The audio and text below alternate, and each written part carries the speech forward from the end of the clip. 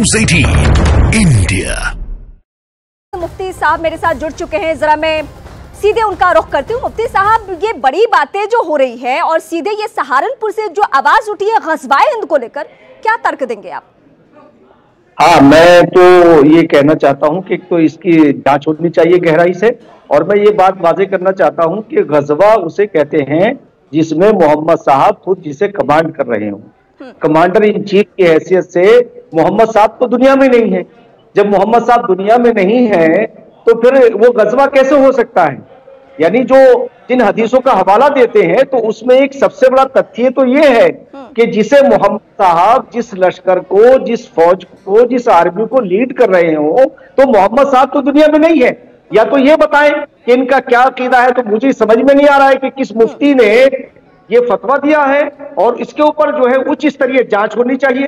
ये तो बिल्कुल अपने देश के अंदर एक खलफशार पैदा करने वाली चीज है, और मैं इसे सिरे से ये मैं कहना चाहता हूं क्योंकि मैंने भी आप बेहतर तरीके से बता पाएंगे, इस्लामिक स्कॉलर हैं आप, कि ये बार बार ग़ज़वाए हिंद का जिक्र क्यों होता है? क्योंकि सबको मालूम है, भारत में रहने वाले एक एक नागरिक को मालूम है कि ग़ज़वाए हिंद जब भी कोई कहता है तो भारत विरोधी गतिविधियों में संलिप्त रहता है।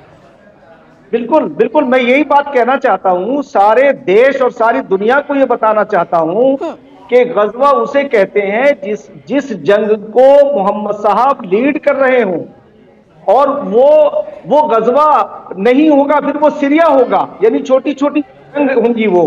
तो मैं नहीं समझ पा रहा हूं कि जो लोग इसे ग़ज़वा हिंद से जोड़ रहे हैं वो किस, उनके पास तथ्य क्या है। ये तो खलफशार और देश को कमजोर करने के लिए है। मैं सिरे से इस बात के लिए गवर्नमेंट से ये अपील करता हूं कि वो ऐसे तथ्यों, ऐसे लोगों की जांच करें, और जांच भी बड़ी गहराई से करनी चाहिए कि इसके पीछे कौन था। ठीक है, मैं आपका बिल्कुल रुख करूंगी, लेकिन इस बीच बीजेपी नेता संगीत सोम मेरे साथ जुड़ चुके हैं। संगीत जी, बहुत स्वागत है आपका। सीधा सवाल मेरा, 2024 के चुनावी माहौल में ग़ज़वाए हिंद का जिक्र, क्या ये संयोग है या फिर प्रयोग है? देखिए, ये प्रयोग तो बहुत पुराने होते आए हैं। आप जान ही रहे होंगे कि बिहार में क्या हुआ, और अगर आप देवबंद की बात करेंगे तो देवबंद से और उम्मीद आप क्या कर सकते हैं? देवबंद में केवल यही होता है। देवबंद में लादेन से लेकर बगदादी तक उसी विचार से जुड़े हुए लोग रहे हैं।